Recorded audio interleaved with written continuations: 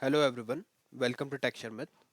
आज के इस सेशन में हम HTML लिस्ट से रिलेटेड एक और टॉपिक कवर करेंगे, जिसमें हम देखेंगे कि कैसे लिस्ट को नेस्टेड लिस्ट में कन्वर्ट किया जा सकता है और उसका एडवांटेज क्या होता है। ठीक है, तो अगर आप लोगों ने पहले वाले सेशंस देखे होंगे तो वहाँ पे हमने अनऑर्डर्ड लिस्ट के बारे में पढ़ा था और हमने उसके काफ़ी सारे सिनेरियोज भी डिस्कस किए थे कि कैसे अनऑर्डर्ड लिस्ट क्रिएट होती है, क्या उसका पर्पस होता है ना। अब क्वेश्चन ये है कि अगर कभी आपको एक लिस्ट के अंदर एक और लिस्ट को शो करना हो, जिसे हम नेस्टेड लिस्ट बोलते हैं, तो उसका क्या प्रोसेस रहता है वो हमें समझना है। सेकंड, उसकी रिक्वायरमेंट क्या है, नीड क्या है ना। कौन सा ऐसे सिनेरियोज है जहाँ पे हमें अनऑर्डर्ड लिस्ट का यूज करना पड़ेगा। ठीक है, अनऑर्डर्ड लिस्ट वो भी नेस्टेड कंडीशन में।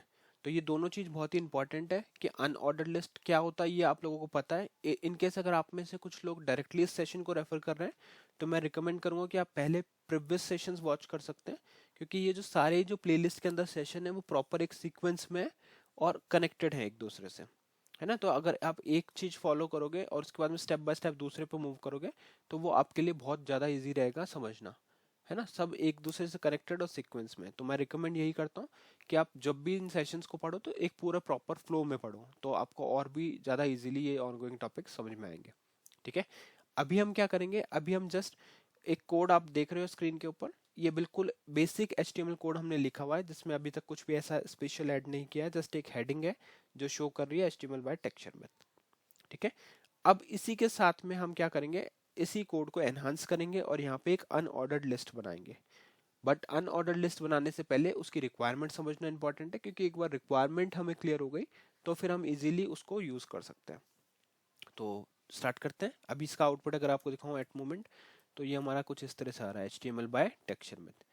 अब हम क्या करेंगे, यहाँ पे लिखेंगे UL, बट उससे पहले हेडिंग डालते हैं यहाँ पे एक अननेस्टेड अनऑर्डर्ड लिस्ट। ठीक है, तो ये आ गया हमारा नेस्टेड अनऑर्डर्ड लिस्ट। तो अब क्या करेगा, यहाँ पे ये नेस्टेड अनऑर्डर्ड लिस्ट हमारे को एज ए हेडिंग मिल रही है। अब हम हमारी लिस्ट बनाएंगे, तो लिस्ट बनाने के लिए क्या करना पड़ता है, यूएल। यूएल क्या होता है, अनऑर्डर्ड लिस्ट। काफी सारे टाइप के होते हैं, तो ये हम जो टाइप देख रहे हैं वो है अनऑर्डर्ड। इसको करेंगे एक्सपेंड। यहाँ पे हम हमारा पहला एलिमेंट डालेंगे, तो मैंने यहाँ पे डाल दिया LI।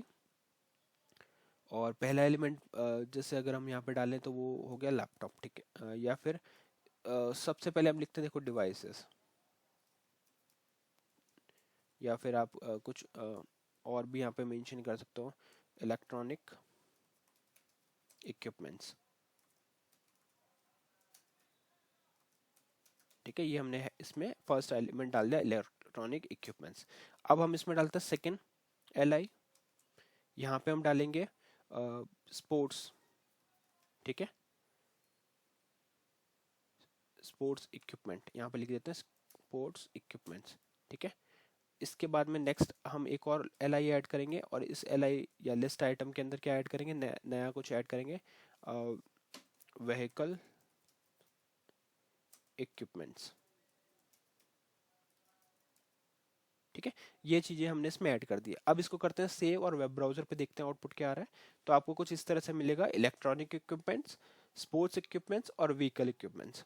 तो ये तो हमारे पास एक प्रॉपर अनऑर्डर्ड लिस्ट हमें शो हो रही है। अनऑर्डर्ड क्यों है, क्योंकि यहाँ पे कोई सीक्वेंस नहीं दिख रहा आपको, है ना।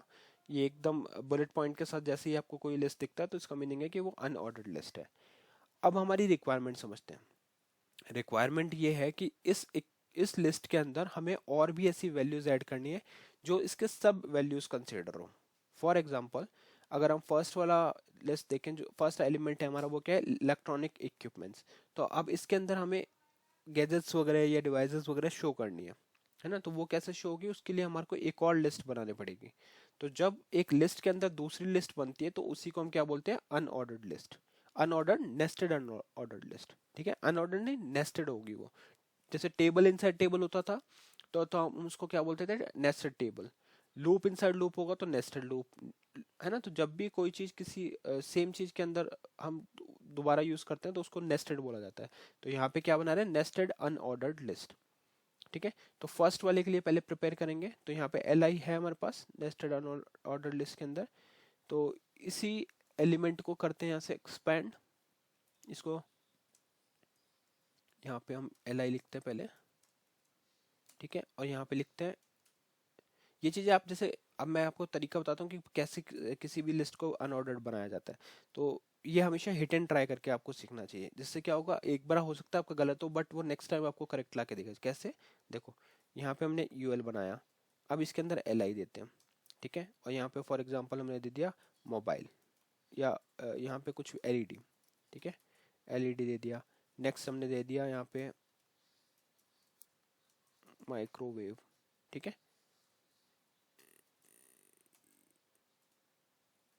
ये हमने यहाँ पे दे दिया माइक्रोवेव, ठीक है।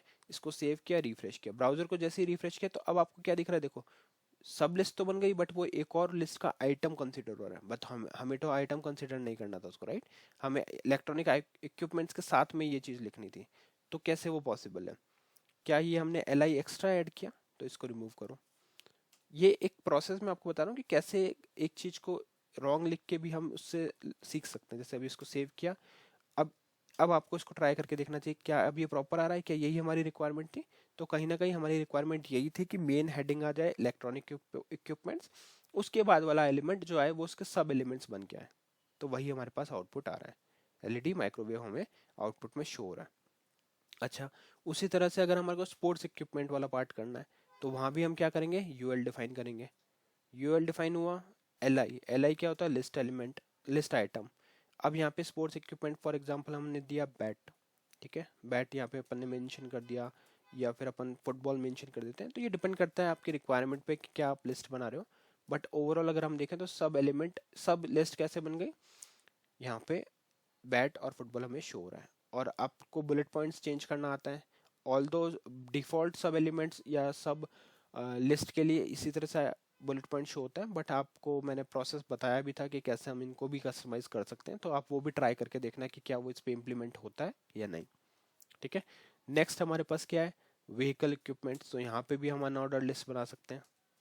अनऑर्डर लिस्ट बनाया, एल आई बनाया, और यहाँ पे हम लिखते हैं फॉर एग्जांपल टायर, ठीक है, यहाँ पे लिख दिया टायर, और यहाँ पे अपन लिख देते हैं जो भी इससे रिलेटेड है, क्लच, ठीक है। तो ये एक हमने लिस्ट बना दिया, रिफ्रेश किया तो अब आपको कुछ इस तरह से दिख रहा है। व्हीकल इक्विपमेंट्स में व्हीकल से रिलेटेड आ रहा है, स्पोर्ट्स इक्विपमेंट में स्पोर्ट्स से रिलेटेड, और इलेक्ट्रॉनिक इक्विपमेंट्स में इलेक्ट्रॉनिक से रिलेटेड।